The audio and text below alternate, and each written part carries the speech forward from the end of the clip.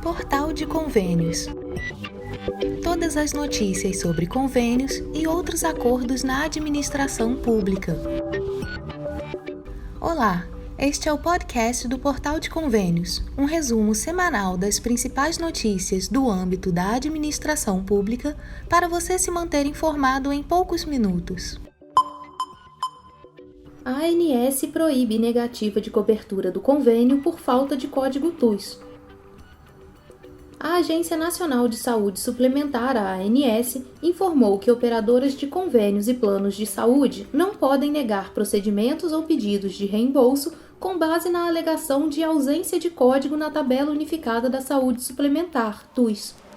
Segundo a agência, sempre que o procedimento estiver previsto no rol de procedimentos e eventos em saúde ou no contrato firmado entre o consumidor e a operadora, a cobertura deve ser assegurada.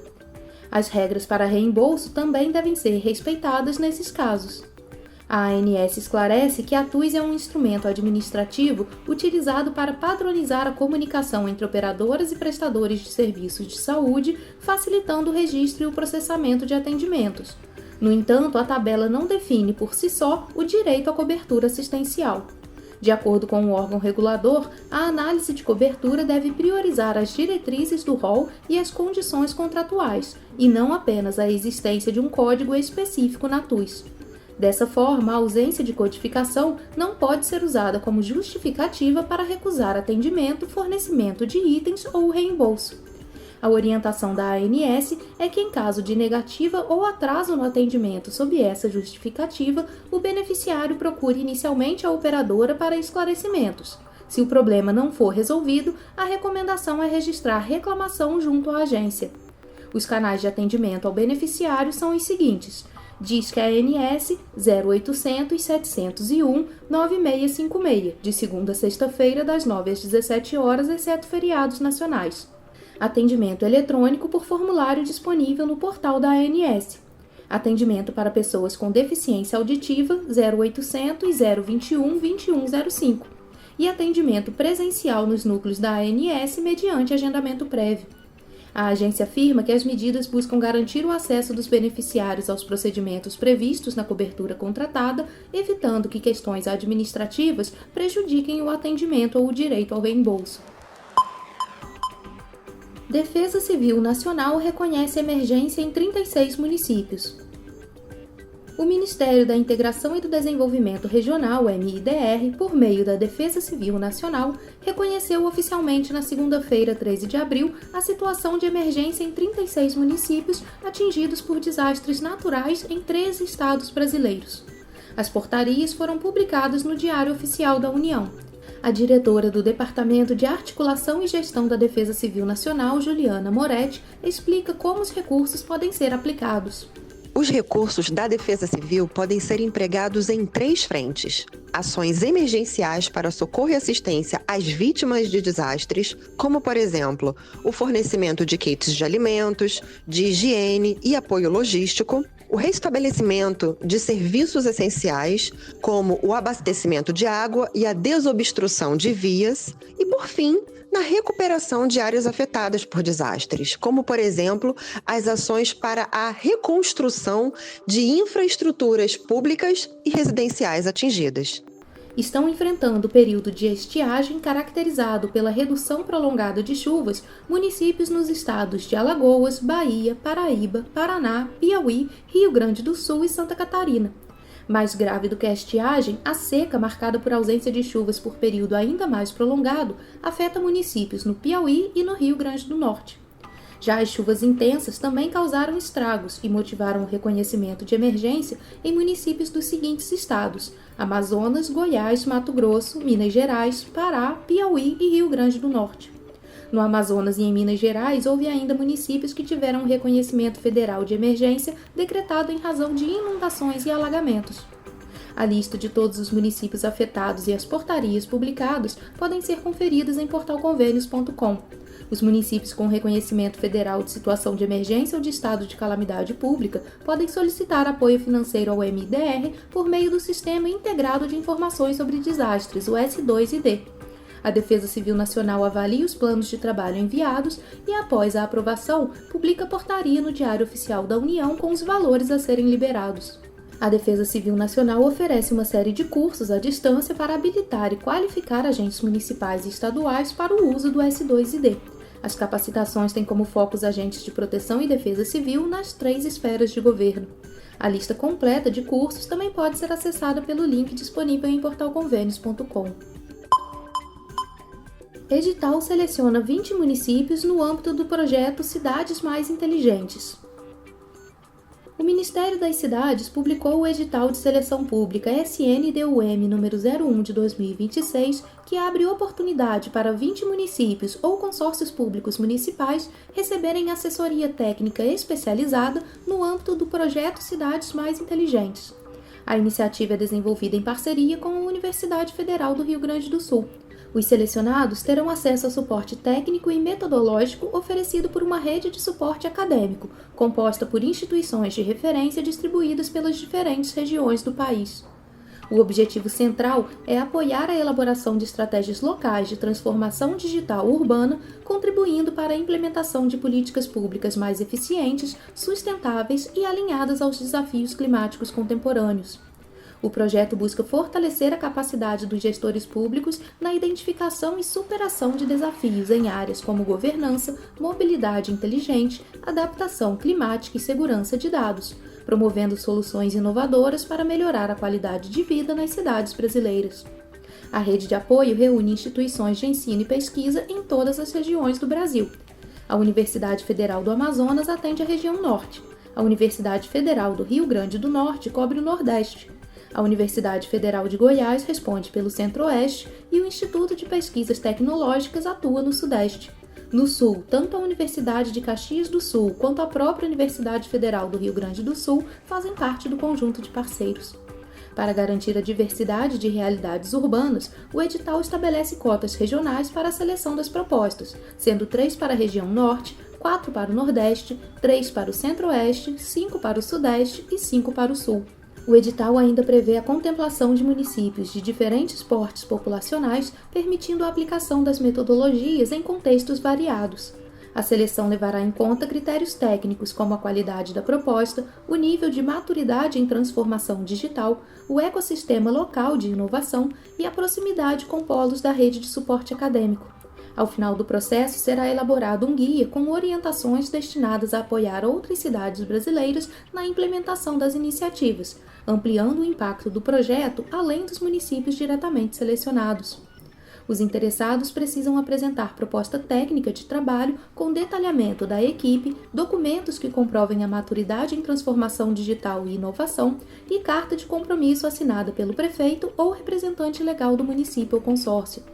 As inscrições são gratuitas e devem ser realizadas por meio de formulário eletrônico. O prazo final é 8 de maio de 2026. Para acessar o edital completo, basta acessar o link disponível em portalconvênios.com. Petrobras abre 1.540 vagas gratuitas para cursos profissionais em 6 estados. O programa Autonomia e Renda Petrobras está com inscrições abertas até o dia 23 de abril para um novo edital que oferece 1.540 vagas gratuitas em cursos de qualificação profissional. As oportunidades estão distribuídas nos estados de Minas Gerais, São Paulo, Rio de Janeiro, Paraná, Rio Grande do Sul e Pernambuco, com foco em ampliar a empregabilidade em regiões próximas às operações da Petrobras. A iniciativa é realizada em parceria com a Firjan, Senai e SESI, além dos departamentos regionais do Senai e do SESI nos estados participantes. O programa tem como principal objetivo ampliar o acesso à formação profissional para pessoas em situação de vulnerabilidade socioeconômica, priorizando perfis historicamente minorizados como mulheres, pessoas trans, indígenas, quilombolas, pretos e pardos, migrantes, refugiados e pessoas com deficiência. As capacitações são voltadas especialmente para atender às demandas do setor industrial, com destaque para o segmento de óleo e gás. Entre os cursos disponíveis estão áreas como caldeiraria, montagem de andaimes, formas e escoramento, operação de hidrojato, pintura industrial e sinalização e amarração de cargas. Os interessados devem consultar o edital no site oficial do programa para verificar detalhes como carga horária, pré-requisitos e municípios onde as aulas serão oferecidas. Além da formação técnica, os participantes recebem suporte financeiro para garantir a permanência nos cursos. A Bolsa Auxílio mensal é de R$ 660, podendo chegar a R$ 858 para mulheres com filhos de até 11 anos, como forma de incentivar a conclusão dos estudos.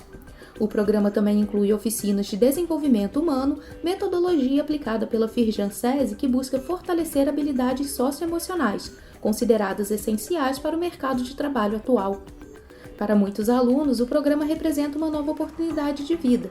É o caso de Angélica Correia Santos, de 45 anos, que ingressou no curso em fevereiro deste ano. Antes dedicada ao trabalho informal como diarista para sustentar os 2 filhos, ela viu no Autonomia e Renda uma chance de transformação. Angélica, que foi selecionada após participar do processo de repescagem, afirma que hoje tem um sonho de viver uma nova história.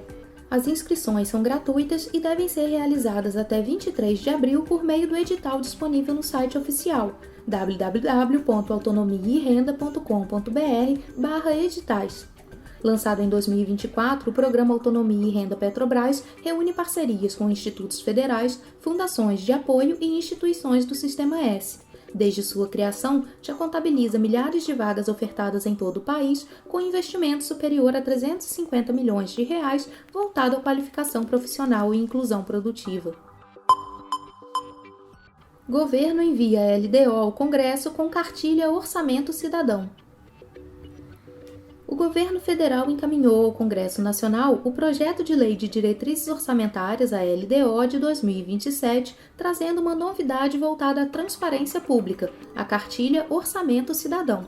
A iniciativa tem como objetivo tornar mais acessível à população um dos principais instrumentos da gestão fiscal do país, responsável por orientar como os recursos arrecadados por meio de tributos serão planejados e utilizados pelo governo. A LDO é responsável por conectar o planejamento de médio prazo estabelecido no plano plurianual com o orçamento anual. Entre suas principais funções estão a definição de metas fiscais, regras para gastos com pessoal e diretrizes sobre possíveis alterações na legislação tributária para o ano seguinte. Por lidar com temas técnicos e de difícil compreensão para o público em geral, o governo aposta na nova cartilha como ferramenta de democratização da informação. O Orçamento Cidadão traduz conceitos complexos das finanças públicas em linguagem simples, contribuindo para o fortalecimento da cidadania e do controle social. O diretor executivo da Instituição Fiscal Independente ligado ao Senado, Marcos Pestana, destacou a relevância da iniciativa para a democracia brasileira. É sempre importante para a vida da democracia no Brasil você conseguir traduzir para o leigo, para o cidadão comum que não é especialista, a linguagem árida, fechada, excessivamente técnica do orçamento público. Afinal, o orçamento é que estima a receita que o governo vai arrecadar da sociedade, a parcela da renda que vai extrair para bancar as políticas públicas, os investimentos públicos. Além da transparência, a participação popular na elaboração do orçamento também vem ganhando espaço. O assessor parlamentar Douglas Ferreira ressaltou essa tendência, citando iniciativas como o orçamento participativo. De outro lado, existe também uma iniciativa de democratização da própria elaboração do orçamento. É uma chamada à população a participar, a votar, a se sentir parte, de fato, desse orçamento e dos rumos que o dinheiro dela toma em meio à administração pública federal. A Lei de Diretrizes Orçamentárias é um instrumento central para o equilíbrio das contas públicas e para a previsibilidade econômica do país.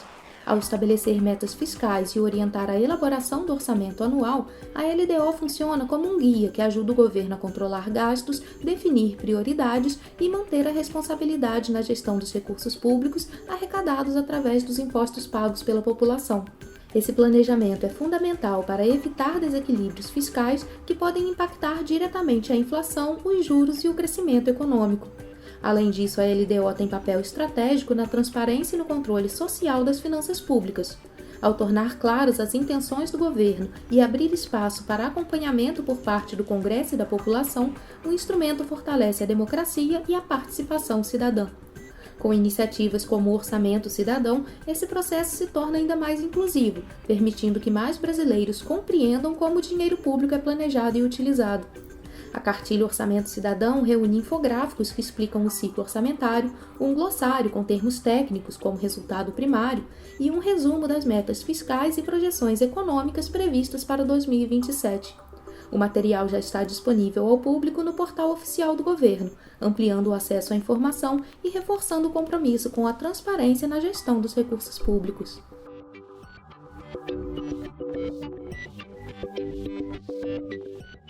Você ouviu mais um podcast do Portal de Convênios, te atualizando sobre projetos, prazos e ações em administração pública. Continue se informando em nosso site portalconvenios.com. Até a próxima!